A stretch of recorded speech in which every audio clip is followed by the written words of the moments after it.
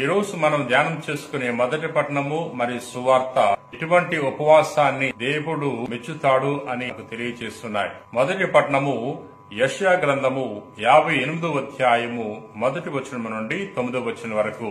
ప్రభు ఇట్లు బదులు చెప్పుచున్నాడు, మీరు ఉపవాసముండునప్పుడు మీ లాభమును మీరు చూచుకొనుచున్నారు, మీ పని వారిని పీడించుచున్నారు. మీరు ఉపవాసముండునప్పుడు వాదములు చేసి తగువులాడి కొట్టుకొనుచున్నారు. మీ కంఠధ్వని పరమన వినబడినట్లుగా మీరు ఈ దినము ఉపవాసముండరు. మీరు ఉపవాసముండునప్పుడు రెల్లుకాడవలే ఉంగుదురు, బూడిద మీదను గోనె మీదను పరుండెదరు.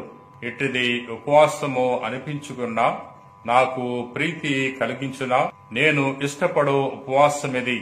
మీరు అన్యాయపు బంధములను విప్పుడు, ఇతరుల మెడ మీదకెత్తిన కాడిని తొలగింపుడు, పీడితులను విడిపింపుడు, వారిని ఎట్టి బాధలకు గురి చేయకుడు.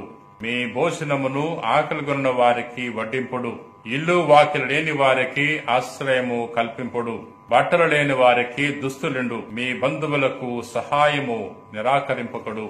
ప్రియా సహోదరి సహోదరులారా, ప్రజలు ప్రశ్నించుకుంటున్నారు, మేము ఉపవాసం చేస్తున్నాం కానీ దేవుడు గుర్తించట్లేదు, దేవుడు దానికి ప్రతిఫలం ఇవ్వట్లేదు, కాబట్టి ఎందుకు మేము ఉపవాసం చేయాలి అని ప్రశ్నించినప్పుడు యావే దేవుడు వారికి సమాధానం తెలియజేస్తున్నాడు. మీరు సరైన ఉపవాసం చేయట్లేదు, మీరు ఉపవాసం చేస్తున్నారు గాని ఇతరులకు అన్యాయం చేస్తున్నారు, ఇతరులకు మంచి చేయటం లేదు అనే విషయాన్ని ప్రభు నేటి మొదటి పట్టణం ద్వారా తెలియజేస్తున్నాడు.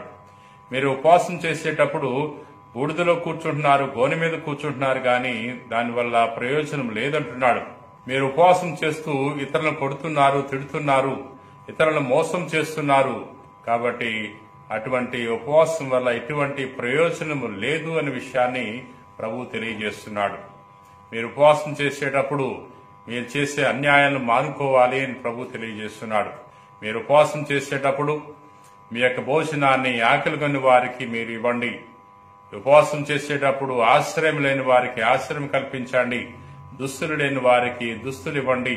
మరి ఇటువంటి రీతిలో ఉపవాసం చేసినప్పుడు మీరు తగిన ప్రతిఫలాన్ని పొందుకుంటారు అనే విషయాన్ని దేవుడు ప్రజలకు తెలియజేస్తున్నాడు. మరి మనం కూడా చాలా సందర్భాల్లో ఉపవాసము చేస్తున్నాం అని చెప్పుకుంటూ ఉంటాం. ముఖ్యంగా తపస్సు కాలాల్లో మనము ఉపవాసం చేస్తున్నాం, కానీ ఉపవాసం చేస్తూ ఇతరులకు అన్యాయం చేస్తున్నాం, ఇతరులను చూసి అసూయపడుతున్నాం.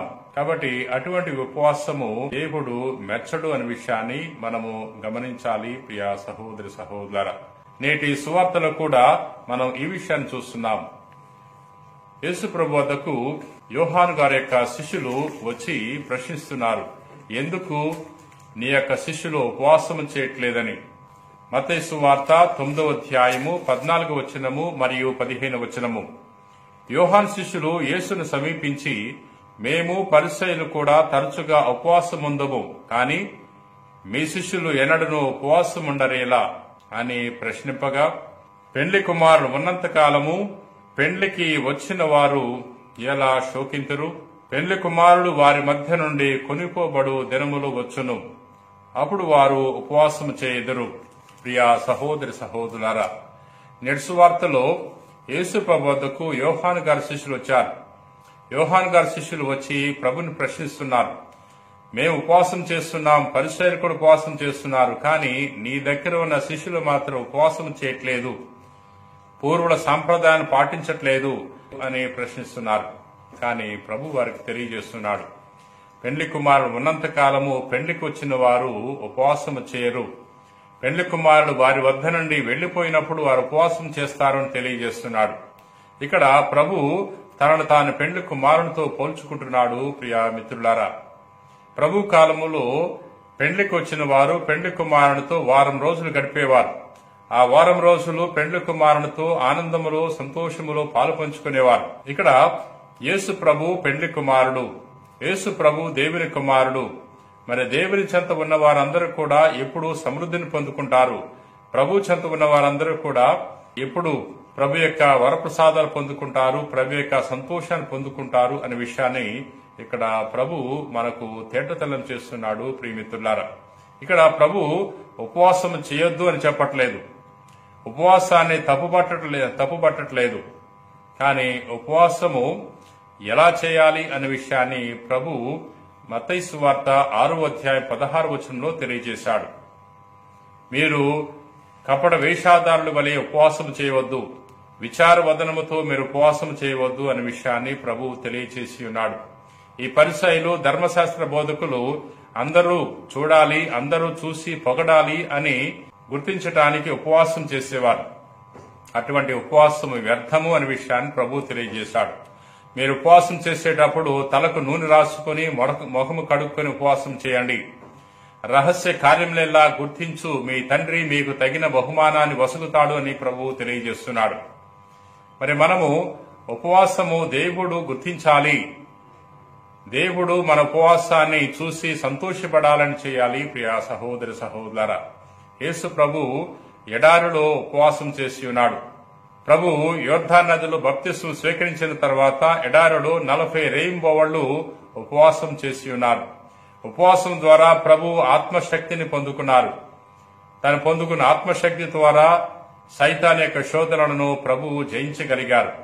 మనం కూడా ఉపవాసం చేసినప్పుడు ఆత్మశక్తిని పొందుకోగలం. ఈ ఉపవాసం చేసినప్పుడు మనము శోధనను జయించగలము. ప్రియా సహోదరి సహోదరులారా, ఈ ఉపవాసం ద్వారా మనము ఆధ్యాత్మిక మేలులు పొందుకోవాలి. చెడుకు ఉపవాసం చేయాలి, చెడు అలవాట్లకు ఉపవాసం చేయాలి, చెడు వ్యసనాలకు మనం ఉపవాసం చేయాలి, మనలో ఉన్న అహానికి ఉపవాసం చేయాలి, మనలో ఉన్న గర్వానికి ఉపవాసం చేయాలి, స్వార్థానికి, అసూయకు, ద్వేషానికి, పగకు ఉపవాసం చేయాలి. ప్రియా సహోదరి సహోదరులారా, ప్రభు ఇటువంటి ఉపవాసాన్ని మెచ్చుతాడు. ఇటువంటి ఉపవాసాన్ని మనం ఆచరించినప్పుడు మనము దేవుని యొక్క అనుగ్రహాన్ని పొందుకుంటాం. దేవుడు మనం చూసి సంతోషపడతాడు. ప్రియా సహోదరి సహోదరులారా, ప్రార్థన చేసుకుందాం. ప్రేమ కలిగిన ప్రభువా, దయగిన సర్వేశ్వర ప్రభువా, ఈ రోజు నీ వాక్యం ద్వారా మాతో మాట్లాడినందుకు వేలాది వందనాలు ప్రభువా. మేము ధ్యానం చేసుకున్న మొదటి పట్టణము సువార్త ద్వారా ఉపవాసం యొక్క ప్రాముఖ్యతను గురించి మాకు తెలియచేసి ఉన్నాం. మతాచారాలను పాటించటానికి మాత్రమే ఉపవాసం చేస్తున్నాము గాని నిన్ను మెప్పించటానికి ఉపవాసం చేయలేకపోతున్నాం. మేము ఉపవాసం చేస్తూ ఇతరులకు అన్యాయం చేస్తున్నాం, ఇతరులను నిందిస్తున్నాం, అవమానపరుస్తున్నాం. కానీ నీకు మెచ్చిన రీతిలో ఉపవాసాన్ని ఆచరించలేకపోతున్నాం. ప్రభువా, మేము మంచి ఉపవాసం చేయటానికి, ఈ ఉపవాసం ద్వారా ఆధ్యాత్మిక మేలులు పొందుకోవటానికి నీ యొక్క కృపను మాకు దయచేయమని ప్రార్థన చేయుచున్నాం. ప్రభు, ఈ రోజున ఈ వాక్యాన్ని ఆలకించి ప్రార్థన చేయుచున్న ప్రతి వారిని కూడా ఆశీర్వదించండి. మా అందరి యొక్క మనసుల్లో ఉన్న దీన విన్నపాలను నీ చెంత ఉంచుతున్నాం. నిశ్చితమైతే వాటిని మన్నించండి. ప్రభా, మేము ఆచరించే ఉపవాసం ద్వారా ఆధ్యాత్మిక శక్తిని పొందుకునే వాక్యాన్ని దయచేయమని మా నాథుడైన క్రీస్తు ద్వారా మనవి చేయుచున్నాం తండ్రి. ఆమెన్.